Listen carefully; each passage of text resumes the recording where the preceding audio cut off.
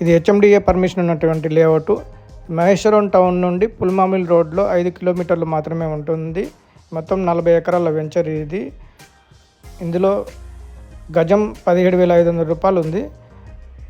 ఇందులో ప్లాట్ కొనాలని అనుకున్న వాళ్ళు స్క్రీన్ మీద ఉన్న నెంబర్కి కాల్ చేయగలరు.